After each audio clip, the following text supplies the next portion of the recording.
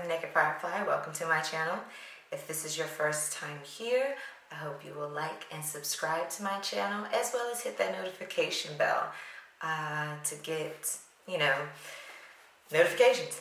And if this is not your first time to my channel and you are, returning, hi, how are you? And today I wanted to tell you what I was doing. I've been invited to do Wordstock along with a few other authors, and I'm going to try to link their videos or their channels as well in the description. And today I have the privilege of doing Suspense. LiteraryDevices.com defines suspense as an intense feeling that an audience goes through while waiting for the outcome of certain events. It basically leaves the reader holding their breath and wanting more information. The amount of intensity in a suspenseful moment is why it is hard to put a book down. Without suspense, a reader would lose interest quickly in any story because there is nothing that is making the reader ask, what's going to happen next? So in my writing, in my mystery writing, I do have suspense. The detective feels like they're getting awfully close, but then, it's a red herring, and that red herring actually might be dangerous or might not be.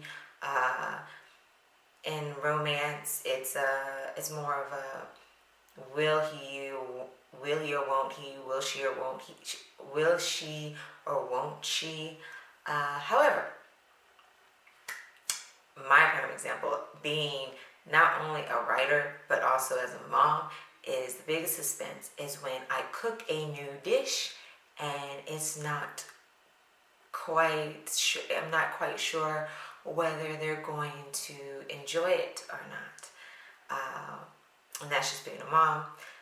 From movies, you have some horror movies that do that when you're not sure, like when the person's going out to explore what that noise was, or where the killer is or whatever, and you get like the suspenseful music. Or in books you have like Othello, where you're not sure if Othello is going to get out of Iago's trap of, believing that his wife is not being faithful to him.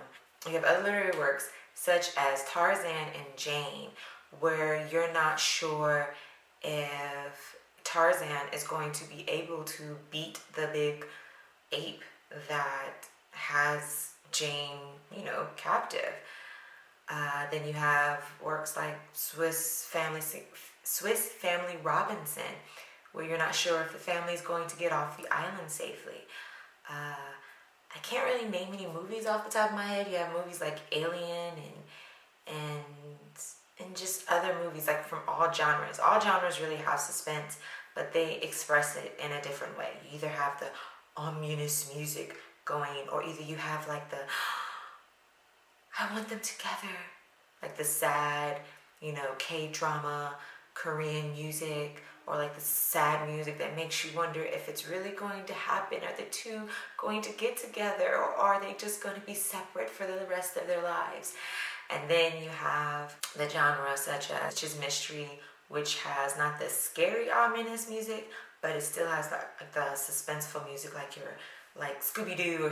I said Scooby-Doo, but I know it's like not ominous, but like you have TV shows like Murder, She Wrote, where like you see Jessica Fletcher constantly going into locations where she shouldn't be, and you hear the music going with that. So yeah, I'm going to give you an example of suspense, and maybe then it would make it a little bit clearer. I don't know if it will or not, but just know that when you write suspense into your story, there has to come a point where the reader is able, to come down from it, I guess you can say, because I guess you can say you're giving them a sort of an adrenaline rush, and so you want to make sure that at some point you give them a break from that adrenaline rush before you move on to the next one.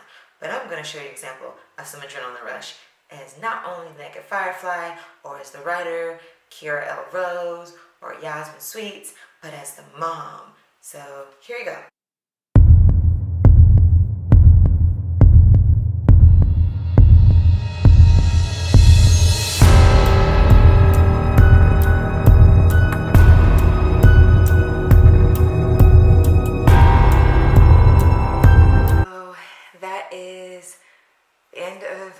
suspense video.